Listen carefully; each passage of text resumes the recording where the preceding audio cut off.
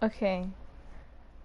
Um, this is the Stanley Parable. I did a tiny clip yesterday. It's technically where you could just mess around with the author. That's, what I'm planning.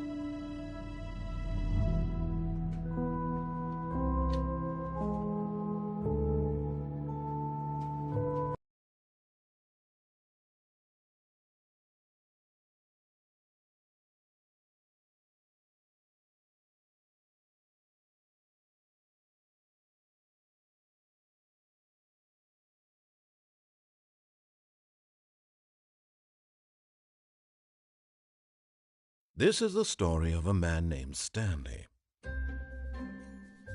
Stanley worked for a company in a big building where he was employee number 427.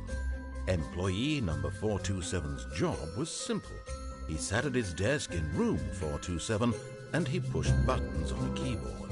Orders came to him through a monitor on his desk, telling him what buttons to push, how long to push them, and in what order. This is what employee 427 did every day of every month of every year. And although others might have considered it soul-rending, Stanley relished every moment that the orders came in, as though he had been made exactly for this job. And Stanley was happy. And then one day, something very peculiar happened.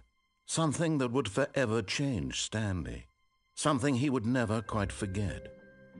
He had been at his desk for nearly an hour when he realized that not one single order had arrived on the monitor for him to follow. No one had showed up to give him instructions, call a meeting, or even say hi. Never in all his years at the company had this happened, this complete isolation. Something was very clearly wrong. Shocked, frozen solid, Stanley found himself unable to move for the longest time. But as he came to his wits and regained his senses, he got up from his desk and stepped out of his office.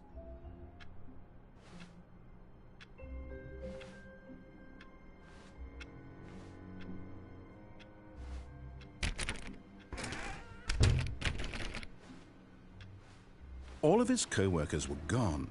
What could it mean? Stanley decided to go to the meeting room. Perhaps he had simply missed a memo. No matter how hard Stanley looked, he couldn't find a trace of his co-workers.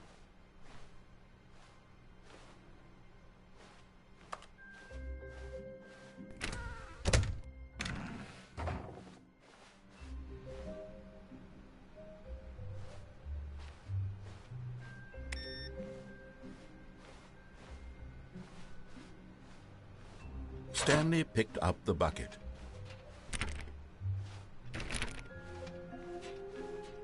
Stanley pressed the bucket upon every little thing in the office. Nothing responded to the bucket's touch, but it did little to discourage Stanley's belief in the magic of the bucket. Stanley clutched the bucket tightly to his chest and entered the door on his left.